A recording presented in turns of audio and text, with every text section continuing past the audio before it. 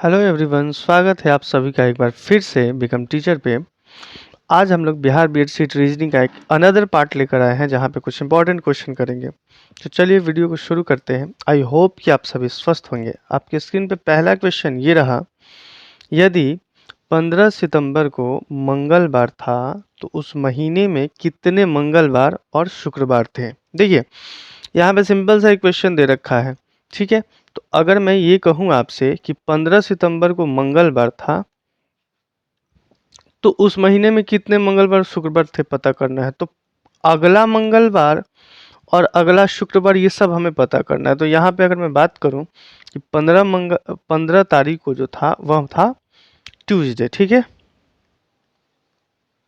तो यहाँ से मैं आपसे ये पूछूं कि इसके पहले यानी कि इसके पहले कब मंगलवार रहा होगा, ठीक है। तो देखिए 7 दिन होते हैं, तो 7 दिन अगर माइनस करेंगे यानी कि 8 तारीख को होंगे, ठीक। तो 8 तारीख को मंगलवार होगा, ठीक। फिर उसी तरह अब इसके पहले 1 तारीख को होगा मंगलवार, ठीक। अब अगला जो मंगलवार की अगर हम बात करते हैं तो ये डेट है कि 15, 8 और 1 तारीख को। अगला मंगलवार कब होगा तो 15 और 7 यानी कि 22 तारीख को मंगलवार होगा। अगला 29 तारीख को मंगलवार होगा, ठीक। तो इस तरीके से हमारा सितंबर का मंगलवार पता चल गया। अगर मैं आपसे ये कहूँ कि शुक्रवार कितने तारीख को था, तो शुक्रवार की अगर बात की जाए तो देखिए यहाँ से सीधे से पता चल रहा है कि 18 तारीख को था। तो इस तरीके से हम ये कह सकते हैं कि शुक्रवार जो था वो 18 तारीख को था, फ्राइडे को। अब इसके बैक चले जाएंगे, इसी तरह हम लोग निकाल लेंगे, ठीक। तो यानी साथ साथ माइनस कर लेंगे। तो अगर आपसे ये पूछा जाए कि 18 में से 7 जाएगा तो कितना होगा, तो यानी कि 11 तारीख को फ्राइडे रहा होगा। फिर उसी तरह 4 तारीख को क्या रहा होगा, फ्राइडे रहा होगा। अब ये तो हमारा हो गया इस महीने का 4 के 18। 18 के बाद और कौन सा फ्राइडे हो सकता है, तो 18 में 7 अगर जोड़ेंगे तो 25 तारीख को फ्राइडे हो सकता है। देखिए अब 4 के पहले तो 7 हो नहीं सकता है और 25 के बाद तो हो ही नहीं सकता। तो कितना मिला हमें मंगलवार, 1 2 3 4 5 मंगलवार और 4 शुक्रवार। तो अकॉर्डिंग टू ऑप्शन हमारा C answer is the right answer. बढ़ते हैं अगले क्वेश्चन की तरफ। अगला क्वेश्चन हमारा क्या कह रहा है। अगला क्वेश्चन कह रहा है कि नीचे दिए गए प्रश्न में कथन और निष्कर्ष दे रखा है, यानी स्टेटमेंट और कंक्लूजन वाला अगेन क्वेश्चन यहाँ पे है कि कह रहा है कि विद्यालय में विद्यार्थी सीखते हैं क्योंकि जो उनको पढ़ाया जाता है उसे समझने में वे समर्थ है। यानी कथन का मतलब ये हुआ कि बच्चों को जो सिखाया जा रहा है उनके क्षमता के आधार पर सिखाया जा रहा है कि हाँ वो समर्थ है, इस लायक इस चीज़ को सीख सकते हैं, तो ये चीज़ शिक्षा दी रहा है, तो वो बच्चे सीख रहे हैं अपने क्षमता के अनुसार। तो ये कथन का मतलब ये निकल गया। निष्कर्ष जरा हम समझ लेते हैं कि क्या है, कि विद्यार्थियों का विद्यालय में सीखना उनके सीखने की क्षमता पर निर्भर करता है, ठीक है। विद्यार्थियों को विद्यालय में सीखना उनके सीखने की क्षमता पर निर्भर करता है। ये बात तो सही है कि ये जो कथन में कह रहा था उनके क्षमता पर था, तो ये बात पहला कंक्लूजन निकल रहा है सही। दूसरा कंक्लूजन की बात करें कि विद्यार्थियों का विद्यालय में सीखना इस बात पर निर्भर करता है कि उनको कैसे पढ़ाया जाता है। देखिए कथन में ये बात कहा ही नहीं गया गया है कि बच्चों को कैसे पढ़ाया जाता है, ठीक है। कथन में सीधा कहा गया कि उनके क्षमता के आधार पर पढ़ाया जा रहा है, वो सीखने के लिए समर्थ है। इसमें कहीं नहीं कहा गया कि किस माध्यम से किस कैसे पढ़ाया जाता है। तो ये कंक्लूजन गलत है। अब जरा ऑप्शन पे देख लेते हैं कि ऑप्शन सही कह रहा है, केवल एक अनुसरण करता है। तो बिल्कुल ये करेक्ट है, इसका आंसर आर हो जाएगा, ठीक है। यानी ए बी सी डी के फॉर्म में दिया है, यहाँ पे ए हो जाएगा इसका करेक्ट आंसर, ठीक है। बढ़ते हैं हम लोग अगले क्वेश्चन की तरफ। अगला क्वेश्चन क्या कह रहा है। अगला क्वेश्चन कह रहा है कि सुषमा का दंत चिकित्सक से मिलने का समय 7:20 का निश्चित था, ठीक है। यानी कि शाम का वक्त था। दंत चिकित्सक के कक्ष में घुसते समय उसने दीवार घड़ी की प्रतिछाया देखी। घड़ी की सुइयां 4:40 दिखा रही थी, ठीक है। उसे लगा कि यह प्रतिछाया यह दर्शा रही थी कि वह समय पर नहीं पहुंची थी, ठीक। यानी 4:40 पे ये दिखा रहा था। तो यहाँ पे अगर हम बात करते हैं कि आप ये बताइए मेरे को कि ये जो क्वेश्चन कह रहा है इसमें रिफ्लेक्शन का यूज हुआ है कि नहीं हुआ है, बिल्कुल हुआ है। क्योंकि ये क्वेश्चन है जो रीजनिंग का क्वेश्चन ये रिफ्लेक्शन के टॉपिक से है। तो इसका डायरेक्ट जो अगर मैं बात करूँ इसमें जो भी इमेज बनता है तो ये तो डायरेक्ट रिलेशन दिया है, अगर आप लोगों ने पढ़ा होगा तो ये बिल्कुल ये क्वेश्चन पूछा है कि उसके संदर्भ में क्या सत्य है, वह ठीक समय पर थी, वह समय से 20 मिनट पूर्व थी। तो देखिए 7:20 का रिफ्लेक्शन जो टाइम होता है 4:40 होता है, ठीक है। तो 7:20 का रिफ्लेक्शन टाइम जो होता है 4:40 होता है, तो इसके अनुसार ये ऑप्शन बिल्कुल करेक्ट है, वह ठीक समय पर थी। ठीक है, इसका टॉपिक कवर जब कराऊंगा मैं तो वहां पे आप सबको टॉपिक वाइज जब चैप्टर स्टार्ट होगा रीजनिंग को तो वहां पे बताया जाएगा। ठीक है, बढ़ते हैं अगले क्वेश्चन की तरफ। अगला क्वेश्चन क्या कह रहा है, एक खाने में 6 पुस्तक अगल बगल रखी हुई है जिनके नाम ABCDEF है। ठीक है, ABCDEF ये 6 बुक रखा गया है, बॉक्स वगैरह है खाने में। तो यहाँ पे समझ सकते हैं, पहला दे रखा है कि 3 पुस्तकें B, C और E हरी जिल्द वाली है। यानी हरी जिल्द की अगर बात की जाए तो कौन कौन से हैं, BCE, ठीक है। जबकि बाकी पुस्तकें जिल्द पीली है, यानी कि अगर पीली की बात की जाए कि पीली रंग की, तो यहाँ से देख सकते हैं आप कि जो वो दे रखा है तो BC इसमें से निकाल दीजिएगा तो कौन सा बचेगा, A बचेगा, ठीक है, फिर D बचेगा और F बचेगा। ठीक है, तो ये हमें पता चल गया कि ADF जो है वो पीले रंग की है। अगला देखते हैं कि AD और B नई पुस्तकें हैं। तो नई पुस्तकें की अगर बात की जाए तो कौन कौन से हैं, तो नई पुस्तकें है जो है हमारे पास वह है कौन कौन से, ADB, ठीक है। जबकि बाकी पुस्तकें पुरानी है, तो बाकी पुस्तकें पुरानी है तो पुराने पुस्तकें कौन से होंगे, बच कौन से जाएगा, ADB। अगर नई पुस्तकें है तो पुरानी पुस्तकें कौन से हो जाएंगे, देखिए B हो तो हो चुका है, C होगा, E होगा और F होगा पुरानी पुस्तकें। ठीक है, यहाँ पे उसके बाद अगले कह रहा है कि ACB कानूनी रिपोर्ट है, ACB कानूनी रिपोर्ट है, जबकि बाकी गजेटियर है। निम्नलिखित में से कौन हरे जिल्द वाली पुरानी और कानूनी रिपोर्ट, देखिए तो यहाँ पे तो हरे रंग की हरे जिल्द वाली कौन सा मिल रहा है, BCE, ठीक है। पुराने कौन सा मिला, CEF। तो देखिए कॉमन ढूंढना है हमें, C हरी जिल्द है, इसमें भी हरी जिल्द है, E हरी जिल्द है और पुराने भी है, ठीक है, ये भी हो सकता है। लेकिन ये कह रहा है कि कानूनी रिपोर्ट कौन है, तो कानूनी रिपोर्ट देखिए ACB यहीं से दिख जाएगा, C है कॉमन लेकिन E नहीं है, इसीलिए कानूनी रिपोर्ट में C भी आ जाएगा। इसका जो आंसर पूछ रहा है कि कौन सा होगा, इसीलिए C तीनों में होगा, यानी हरे जिल्द रंग का भी है, पुरानी भी है और कानूनी रिपोर्ट भी है। इस क्वेश्चन को लैंग्वेज से भी पढ़ के बता सकते हैं, यहाँ पे मैंने लिख दिया हिंट के लिए। ठीक है, अब यहाँ पे बढ़ते हैं अगले क्वेश्चन। अगला क्वेश्चन क्या कह रहा है, अगला क्वेश्चन कह रहा है कि एक बस पटना से चलती है जिसमें महिलाओं की संख्या पुरुषों की संख्या आधी है, ठीक है।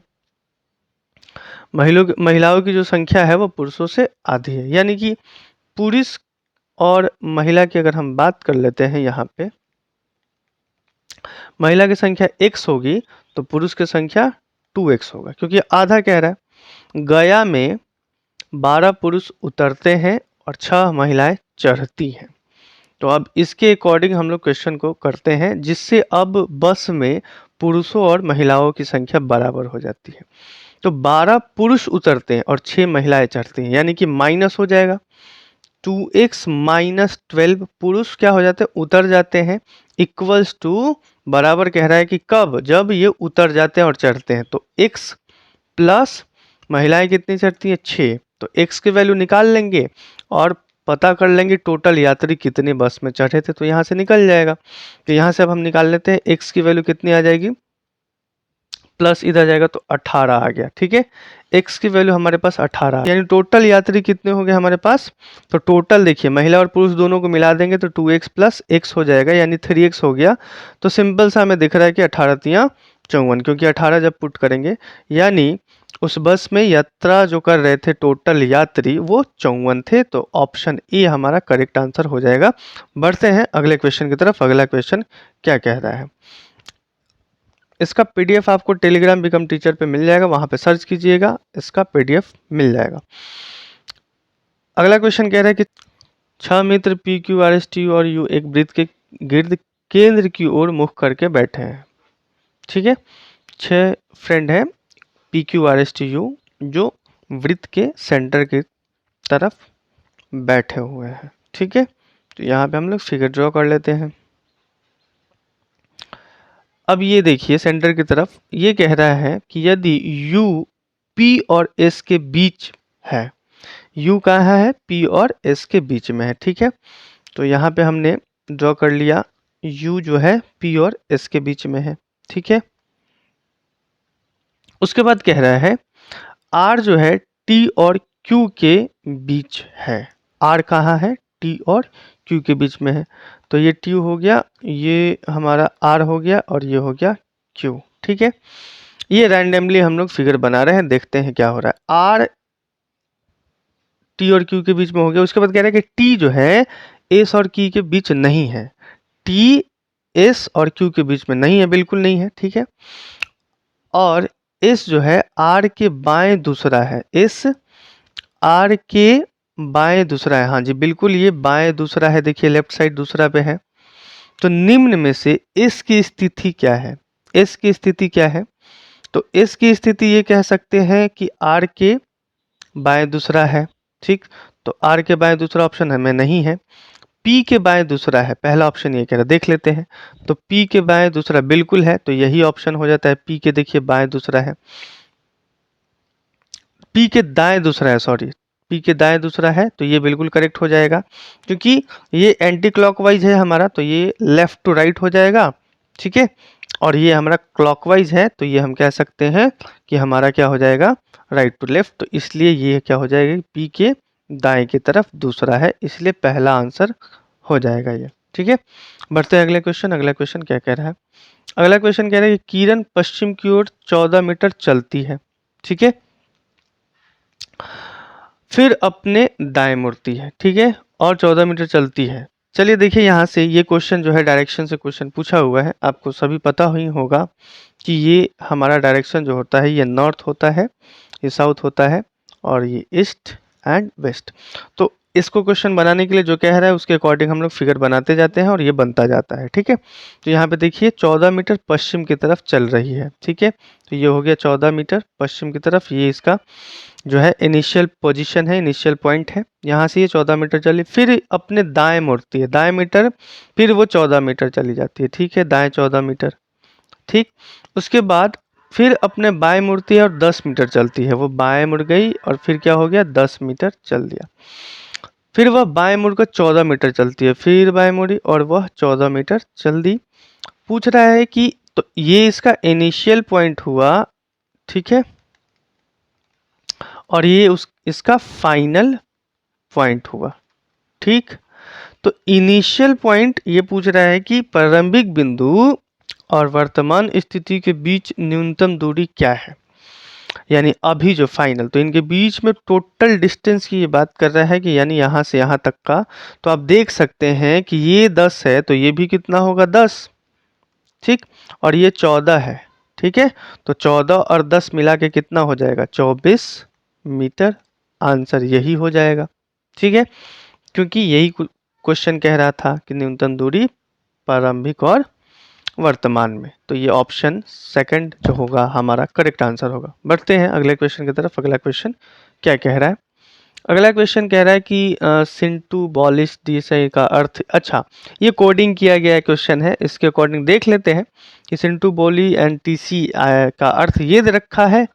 अगेन इसका अर्थ इस तरह कुछ दे रखा है, का अर्थ जो दे रखा है ये है the first love is mathematics. यानी एक चीज ध्यान से देखिए कि इसमें सिंटू का मतलब हिज होगा, मतलब इसके पहला वर्ड से पकड़िए, एक एक वर्ड का अलग अलग दिया है वैल्यू।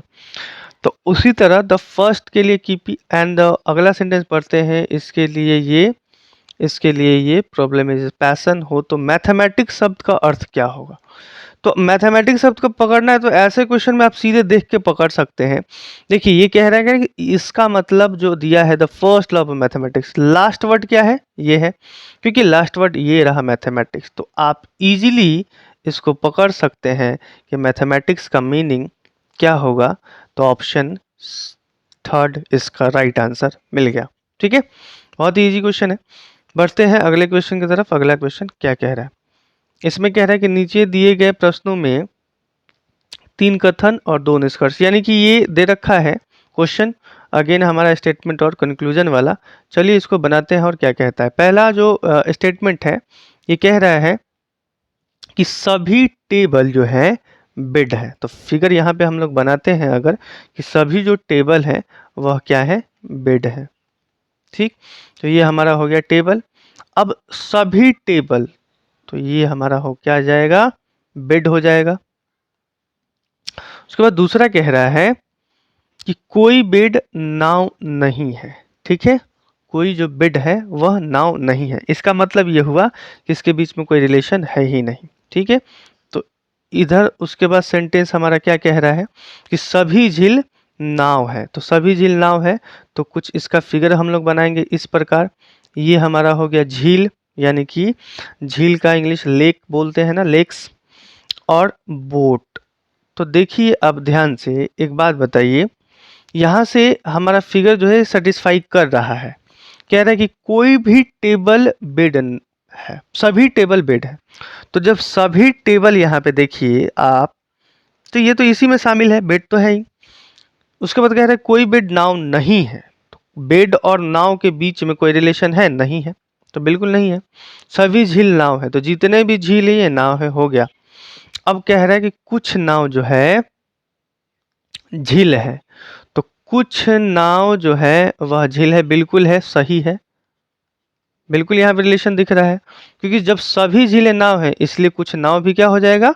झील हो जाएगा। अगला कह रहा है कोई टेबल नाव नहीं है। तो कोई टेबल नाव नहीं है, बिल्कुल नहीं है, इनके बीच में कोई डायरेक्ट संबंध है ही नहीं, तो ये भी सही है हमारा। तो यानी अकॉर्डिंग टू ऑप्शन अगर देखिए तो क्या हो जाएगा कि दोनों 1 और 2 अनुसरण करते हैं। तो इसलिए इसका आंसर हमारा चौथा नंबर ऑप्शन हो जाएगा। बढ़ते हैं अगले क्वेश्चन की तरफ। ठीक, तो अगला क्वेश्चन यहीं पे समाप्त होता है, अब क्वेश्चन नहीं है। तो रीजनिंग का हमारा जो ये चौथा पार्ट था इसको हमने समाप्त कर लिया। और आई होप कि ये वीडियो पसंद आया होगा। अगर ये वीडियो पसंद आया होगा तो आप चैनल को सब्सक्राइब जरूर कीजिए, क्योंकि आने वाले दिनों में हम लोग और भी सब्जेक्ट और क्वेश्चन लाने वाले हैं। बहुत बहुत धन्यवाद।